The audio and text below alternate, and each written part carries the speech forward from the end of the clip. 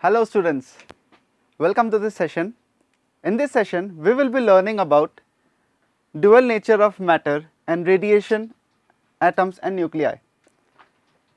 Now first thing that I would like to tell you, this chapter most of the students they tend to skip for their preparations, but I will tell you never do that.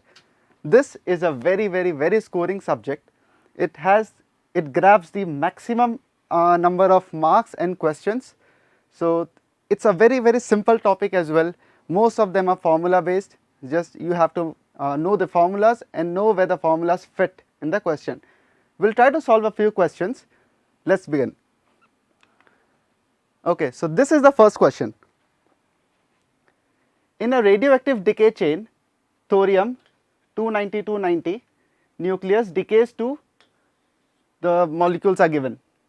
Okay, n alpha and n beta be the number of alpha and beta particles respectively emitted in this decay process. Which of the following statements are true? Now trust me students, this is a giveaway question. You cannot miss these sort of questions. Let's quickly solve it. So we have been given that thorium 292 decays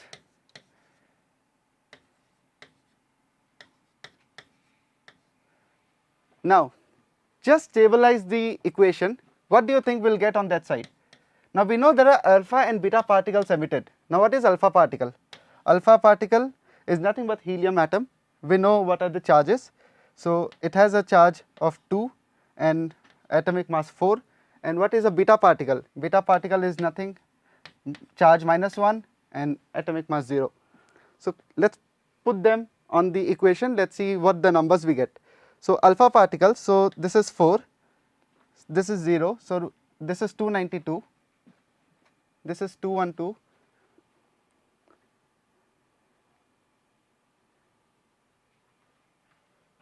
so we'll have alpha,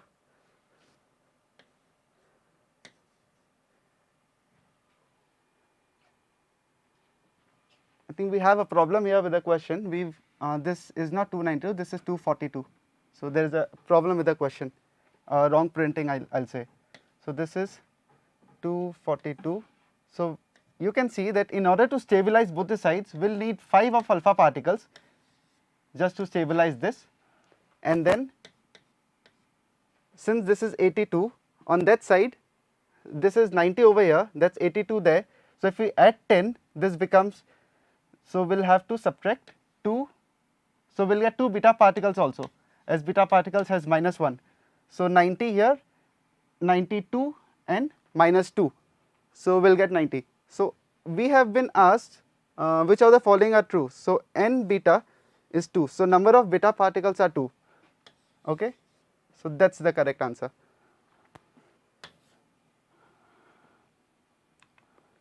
Moving on to the next question. In a photoelectric experiment, a parallel beam of monochromatic light with power of 200 watt is incident on a perfectly absorbing cathode of work function. The work function is given. So a light ray is falling on a plate. The frequency of light is just above the threshold frequency. The frequency of light is just above the threshold frequency, so that the photoelectrons are emitted with negligible kinetic energy. This is a keyword, negligible kinetic energy.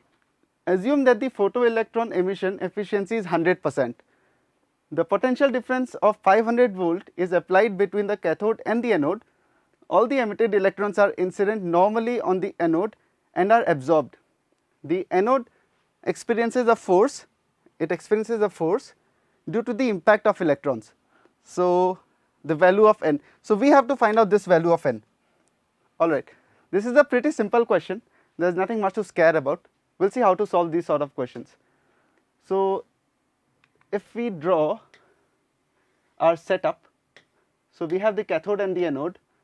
So we have the light rays falling. So there are electrons that will be collected here.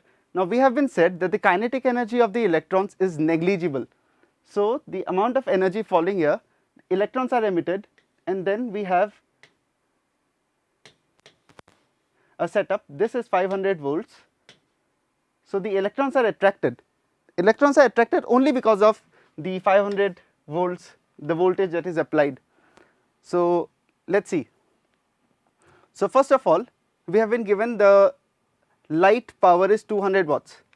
So let's quickly write our equations. So 200 is equal to, the work function is 6.25. Now this light is falling on this plate which has the work function of 6.25. So 6.25, because this energy is all converted into the electrons that is coming out. So the electrons gain energy from the light and then they come out of the plate. So 6.25, this is given in electron volts. So we'll convert it to joules. Very simple. It's multiply by 1.6, 10 power minus 19. Okay. This multiplied by the number of photons that is falling on the plate per second. So n is the number of photons that is falling on the plate per second. So what is n? N becomes 200 divided by 6.25 into 1.6 into 10 raised to the power minus 19. Okay. Let's not solve this for the time being.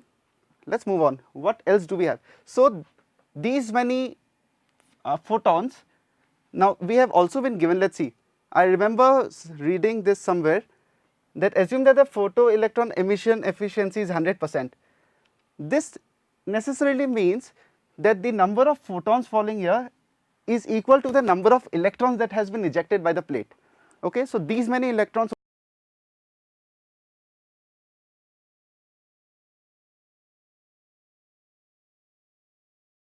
from one plate to another is because of this 500 volts. So our equation will become energy, that is the kinetic energy, is equal to charge multiplied by the potential difference. All right. What is the kinetic energy? Obviously for the electron, so it's half mass of electron, velocity of electron square is equal to q into del v. Okay. Now I have a problem with this equation. The problem is we do not know the velocity of the electron and we cannot keep this variable in the equation because it will further complicate things. So we have to remove the velocity term. Now what can we do? We know we have to find the force. So how do we find the force? Force is nothing but the rate of change of momentum. Momentum, nothing but multiplication of mass and velocity. So this can be converted into momentum. So let's see how. We can write this as m square v square upon m. This is equal to q into del v. Okay. mv square, this entire thing becomes momentum p. I'll call p as momentum, is equal to q into del v. From here I'll get momentum p is equal to, sorry, this p square, p is equal to square root of 2m q del v. Okay. Now rate of change of momentum is force. That is what we have to find out. From, we will substitute the force and then we'll equate the equation for n and find out n. Okay. So see on this side everything is constant. So even if we differentiate this, we'll get the same term. So let's find out. So momentum, so okay, so momentum term we have,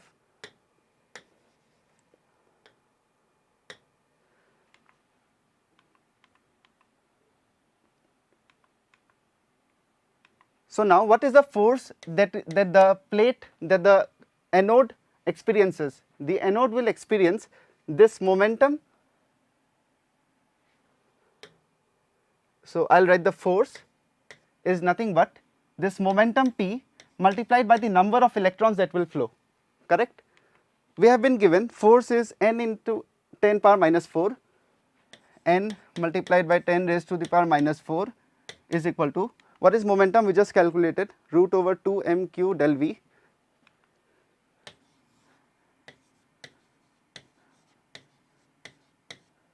multiplied by n. Just put in all the values, quickly calculate and we'll find out our n. By the time I also do here, even you can calculate, you can solve along with me. Mass of electron has been given 9 into 10 raised to the power minus 31. Q we all know 1.6 into 10 raised to the power minus 19. Del V has been given, it's 500 multiplied by N. What was N? N we calculated 200 divided by 6.25 into 1.6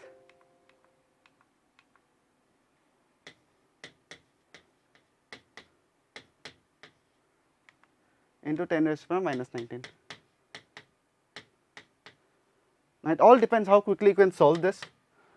So 502 becomes 1000, 1000, 1.6 is 1600. So how much is 1600 into 9? So 16,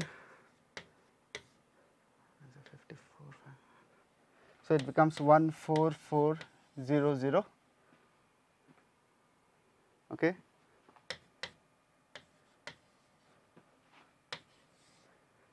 Ten power minus 31, 10 power minus 19, this 10 raised to the power minus 50 divided by 6.25 into 1.6 into 10 raised to the power minus 19. So this is how much? This is 120 into 10, 120 into 10 raised to the power minus 25 into 200 divided by 6.25 into 10, 1.6 into 10 raised to the power minus 19.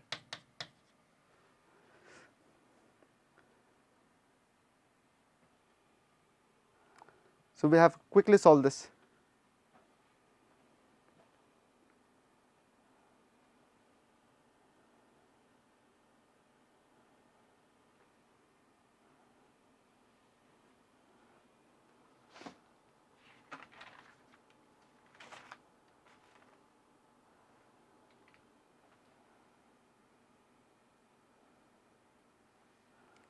So when we solve this, we'll get that N into 10 raised to the power minus 4 is nothing but 24 into 10 power minus 7. Just solve this equation, you'll get N. So N is nothing but 24. Okay, so this is how you solve this. Okay, let's move on to the next question. So consider a hydrogen like ionized atom with atomic number Z with a single electron.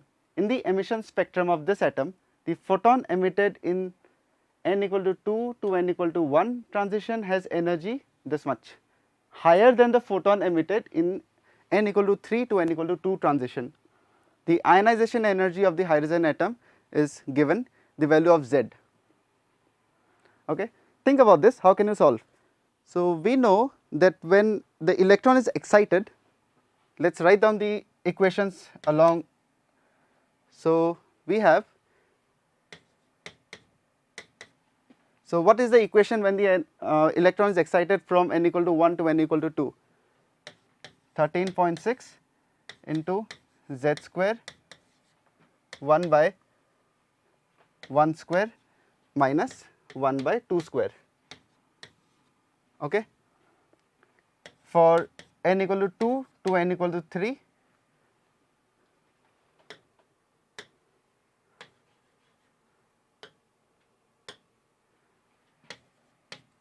this is the difference in energy between n equal to 2 to n equal to 3 state.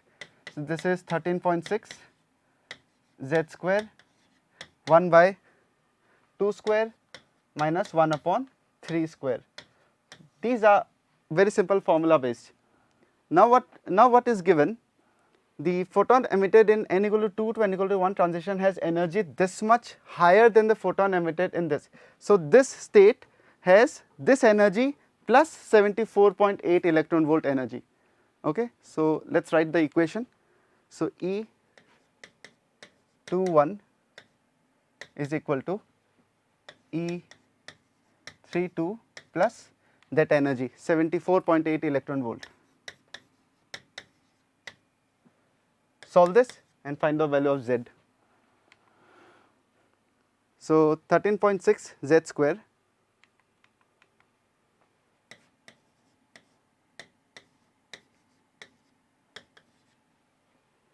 this is 1 minus 1 by 4, that is 3 by 4 is equal to 13.6 Z square. This is 1 by 4 minus 1 by 9,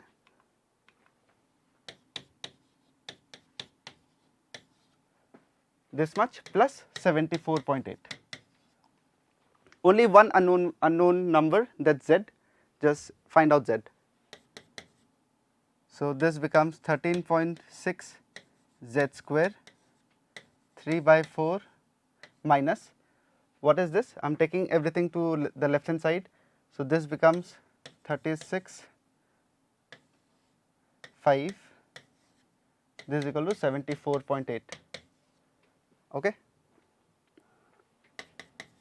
This is 13.6 Z square, this 36, 27 minus 5 is equal to 74.8. Now you know you cannot use calculators in the examinations, so try solving. This will help you with the calculation also, you will increase your speed. So Z becomes 74.8 multiplied by 36 upon, this is 22 multiplied by 13.6.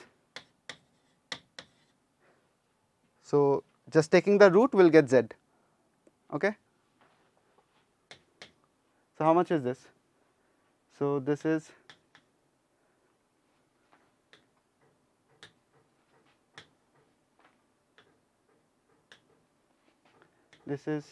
11 2.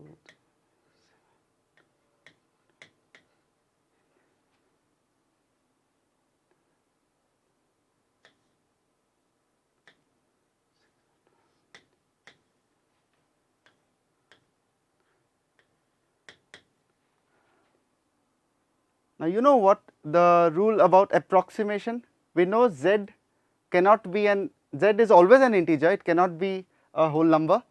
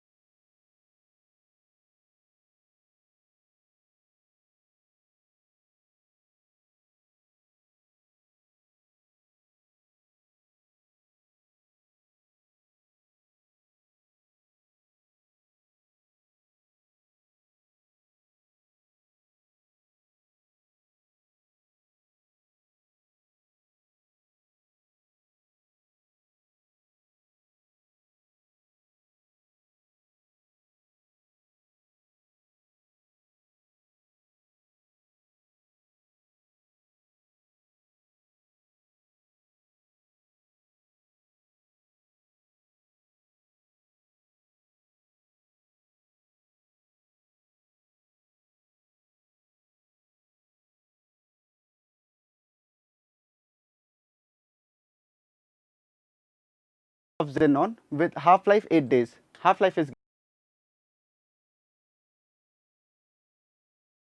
to the blood of a person. The activity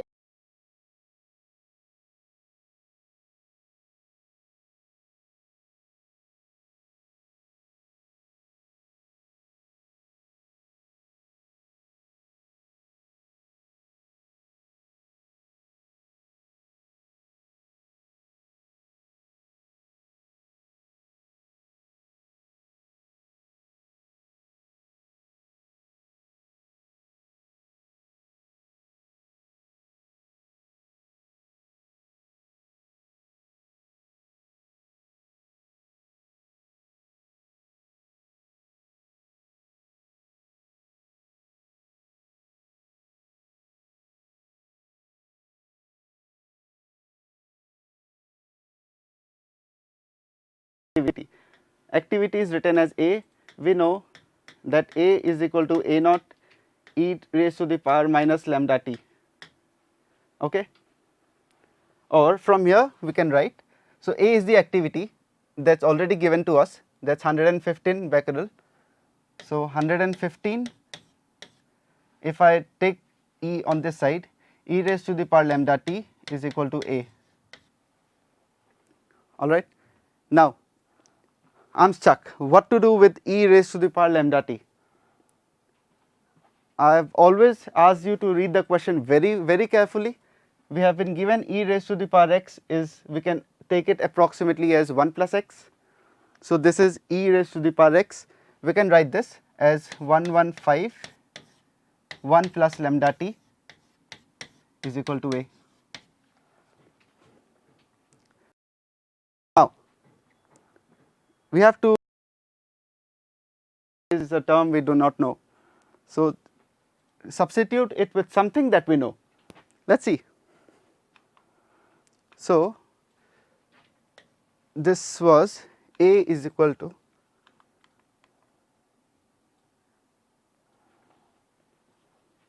this is A naught, this is A naught,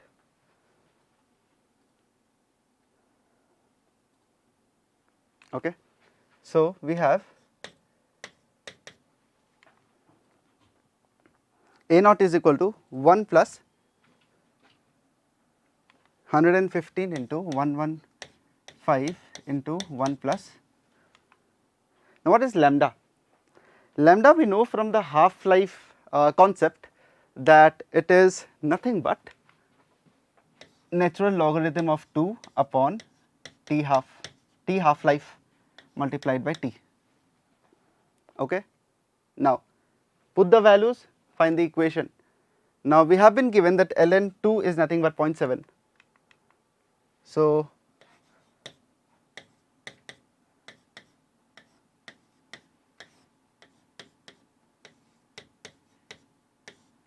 what is t half?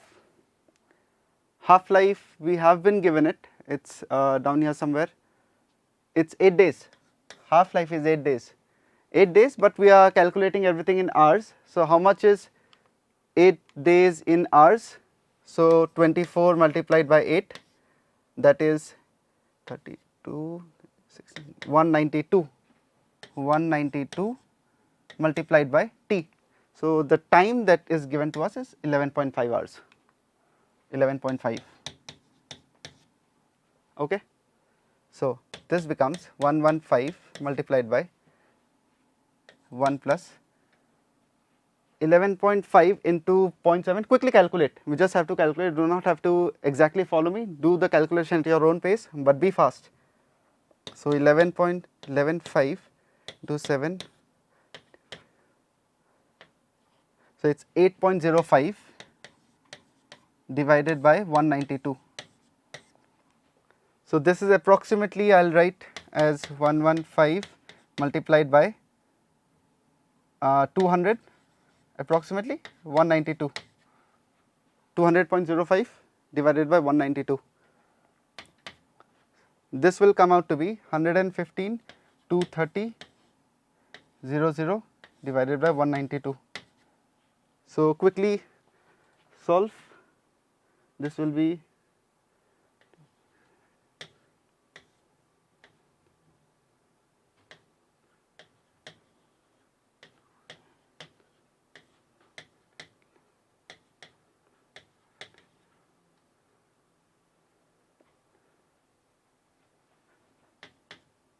so I am getting it approximately somewhere around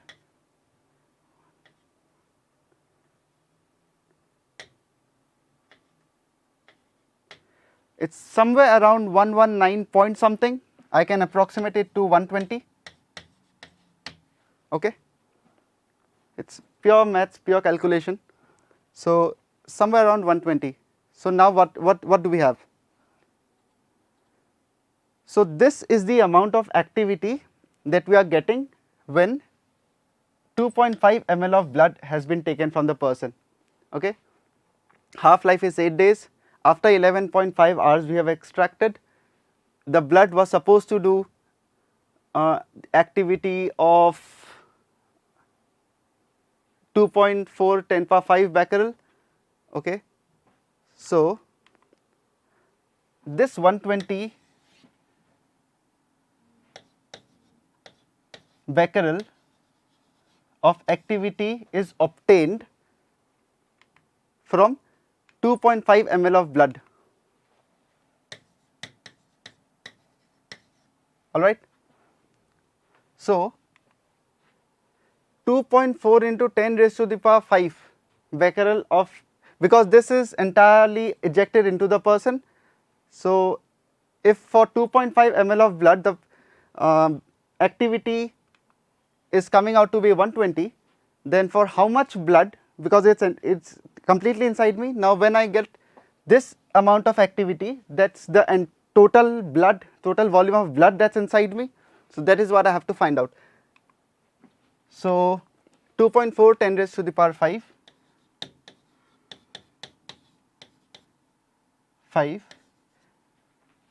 this much activity, for how much quantity of blood I will get, that is my answer. So, it is 2.5 into 2.4 into 10 raised to the power 5 divided by 120. This is in ml. Understood? So, 120 becquerel for 2.5 ml of blood. Entirely my body should be showing 2.4 into 10 raised to the power 5 becquerel of activity. So, this much amount of blood will be there, just simple unitary method. So, let us solve this quickly. So, 2.5 multiplied by 2.4 is 6, multiplied by 10 raised to the power 5 upon 120 ml of blood is there in the person's body. So, this is nothing but 1 by 2. So, this is 1 upon 2 into 10 raised to the power 4. It means 0.5 into 10 raised to the power 4 ml. So, if I take 3 out of it, so this becomes 5 liters.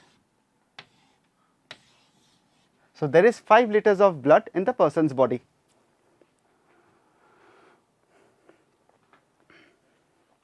So, you just have to know which equation fits where. Basically, everything is the play of equations. You must know the formulas, very easy, conceptual. Okay. So, let us move on to the next question now. All right. Now, this problem says that in a historic experiment to determine Planck's constant, a metal surface was irradiated with light of different wavelengths. The emitted photoelectron energies were measured by applying a stopping potential. All right. I hope you understand what stopping potential is. So,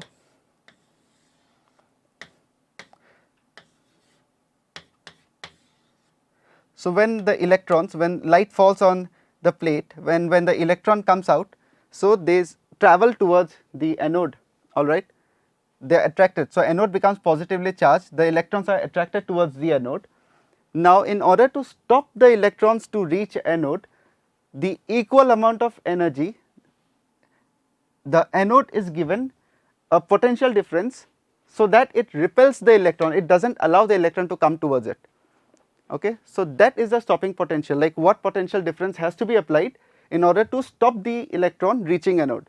So, that is the stopping potential. The relevant data for the wavelength lambda of incident light and the corresponding stopping potential V naught given below. So, this is the table given. Given that the speed of light given and E is given, Planck's constant found from such an experiment is, again the same thing, formula based, very easy, never think of skipping these questions in exams.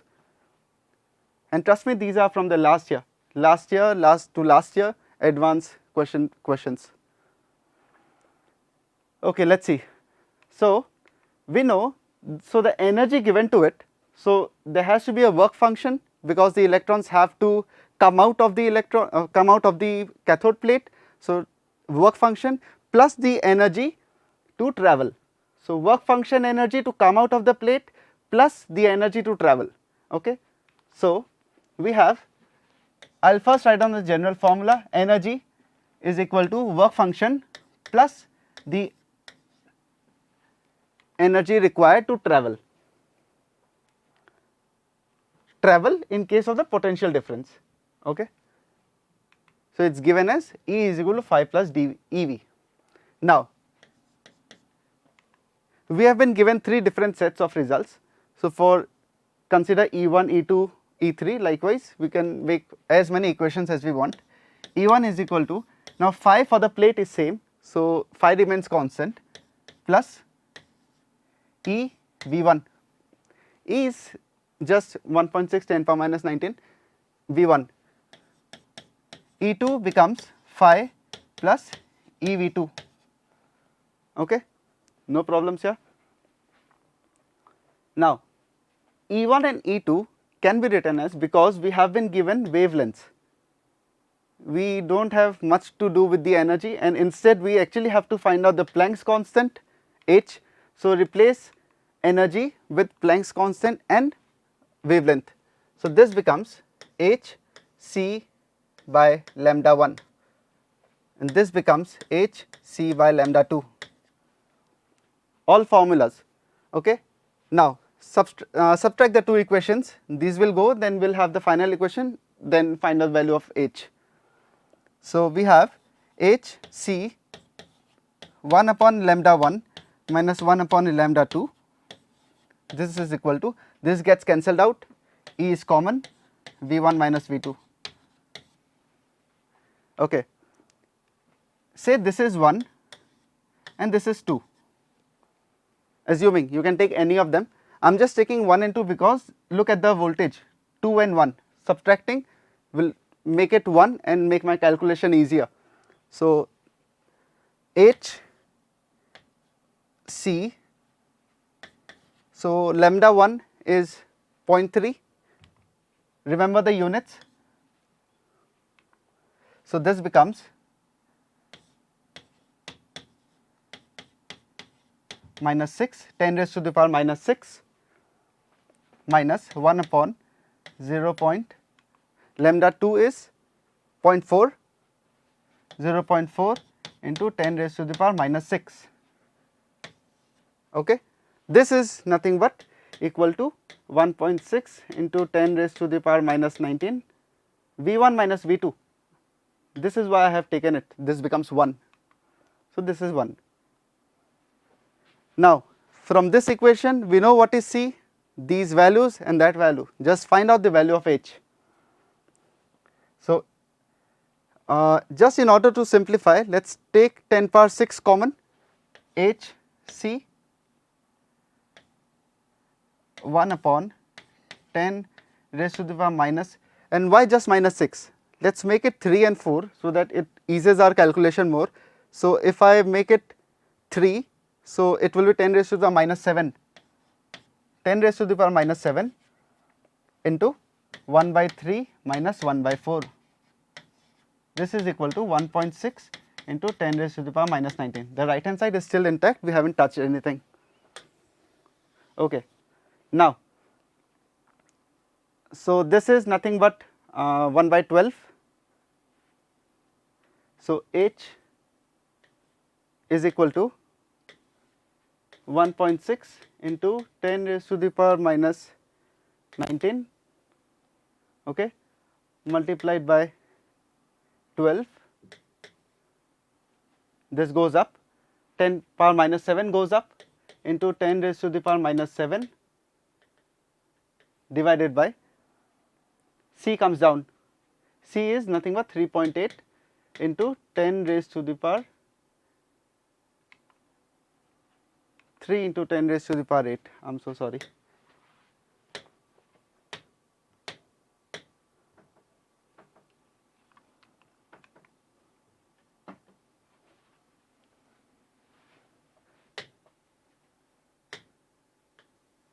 This is 3 into 10 raised to the power 8. Solve this, we will get our H. So 3 and this is 4. So 6, 4, 20, 4, 2, 4, 4, 5, 6, 6.4. So this is minus 19. This is again goes up minus 8. So minus 8, minus 15, and this is minus 34. 10 raised to the minus 34.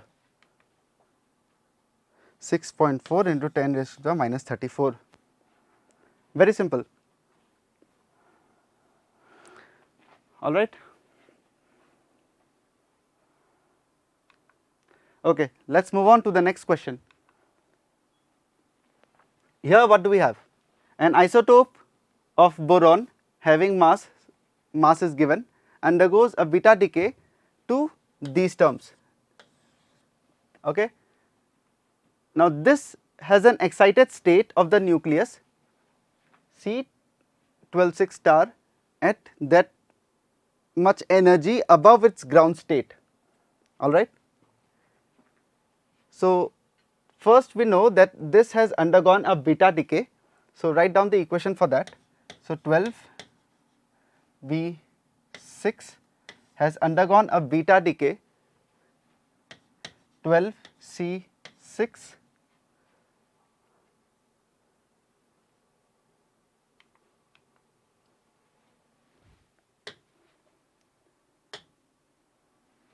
I'm sure there is a problem with the question again.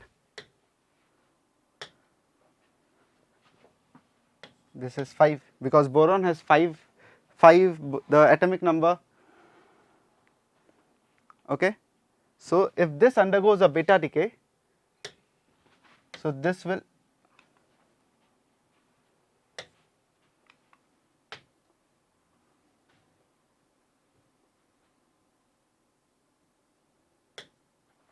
plus beta minus 1 0. See, the equation gets balanced. 6 minus 1 5 and 12. Okay. Now the question says that this has an excited state of the nucleus at this much energy above its ground state. So this means that if this atom is given an energy of 4.041 MeV, then this reaches its excited state C612 star. This is how we represent the excited state. Okay. Now if this decays to this, the maximum kinetic energy of the beta particle. Now understand the concept. I have just written down the equation. Now let's understand what the question is trying us, what the question is trying to explain. So boron decays to carbon. The electron is ejected with some velocity, with some energy. Now out of that energy, this much energy is again absorbed by this atom itself and it reaches an excited state. So the energy with which the electron was ejected before, the energy reduces. Okay. So that reduced energy is what we have to find, the kinetic energy of the beta particle in unit of this. So we have to find the maximum energy that this will eject with, considering that this reaches the excited state. So from this equation we can find how much energy this will have, then subtract this so that this reaches the excited state, and the remaining energy that this has is the maximum energy that this will have. Very easy, conceptual. Okay. So let's solve. So how to solve? So what is the energy that this electron or the beta particle will have? See, we have been given that the isotope this has a mass of 12.014 U, okay, and decays to carbon. Carbon has 12, the mass of carbon is 12. So there is a mass defect. Do you see there is a mass defect? From 12.041 the mass has reduced to 12. So that mass has actually converted into energy which the beta particle possesses. Okay. So the mass defect, let's just write it as del m, is nothing but 12.041 12.014 minus 12, which is 0.014 U. Okay, so this is the mass defect. So this mass defect has actually converted into the energy of the beta particle, and out of that energy, this energy is again used by the carbon atom to reach its excited state, and then the remaining energy is what we need to find. See, 1 U is given 931.5. So the energy becomes 0.014 multiplied by 931.5.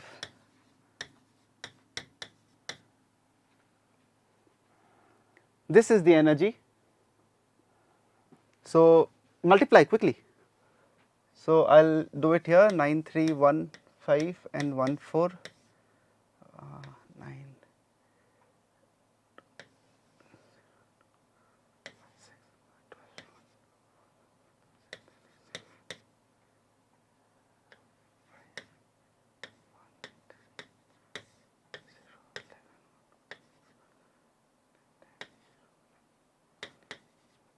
Okay, so I have got it as 13.0410. Okay, I hope you have the same number. This simple just multiplication. Okay, so now this much energy is again reduced. Just subtract this from that. So 4.041. So the energy that is left is this minus 4.041. 4.041. So this is 9. Okay.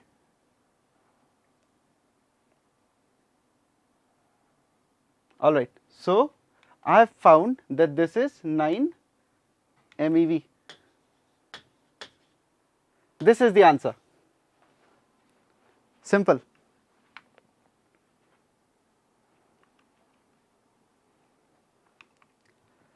Okay, so let's move on to the last question which I have here. Very simple. You will be very, very, very lucky if you have these sort of questions. Actually, any question from the subject is very easy. You just have to be confident, solve as quick as possible. Calculations are always involved, but then it's directly formula based, and you have questions coming from these chapters, like 4 questions, 3 questions every year. Very, very, very scoring. Quickly solve this. So an accident in a nuclear laboratory resulted in decomposition of a certain amount of radioactive material of half-life. This is half-life 18 days inside a laboratory. Tests reveal that the radiation was 64 times more than the permissible level required. So if the permissible level is 1, the levels have reached 64. Okay. For the safe operation, alright, what is the minimum number of days after which the laboratory can be considered safe for the user? Very easy. So what has happened, if 1 is a permissible level, the levels have reached 64. We know, so what is half-life? So slowly and slowly the levels will come down according to the half-life cycle. If the level is 64 right now, so in one half-life period it will come to 32, again in another half-life period from 32 it will again come down, half, half, half, half. You have to take the halves till it reaches 1, because 1 is permissible, 64 times of 1. Okay. So 64 2 gives you 32, 32 divided by 2 will give you 16. Sorry, this is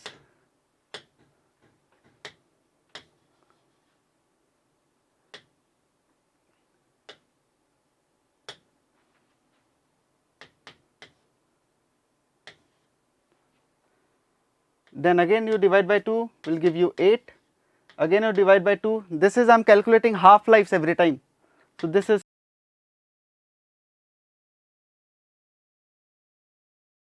divided by 2 will give me 1. So I'll reach the safe level. So how many times it has to undergo the half-life? 1, 2, 3, 4, 5 and 6 times. Okay, so 6 times it has to undergo half-life period in order to reach the safe level. So what is 6 half-lives? I know one half-life is 18 days, half-life of 18 days. So if one half-life is 18 days, how much is 6 half-lives? Very easy. I don't have to teach you how to calculate this. One half-life 18 days, 6 half-lives is 18 into 6. So what is 18 into 6? I think we'll get 108. Alright, so this is the time after which the lab will be safe for operation. So well, I have come to the end of this session. Exams are near. I want you to study, concentrate, do well and best of luck. Thank you. Keep learning.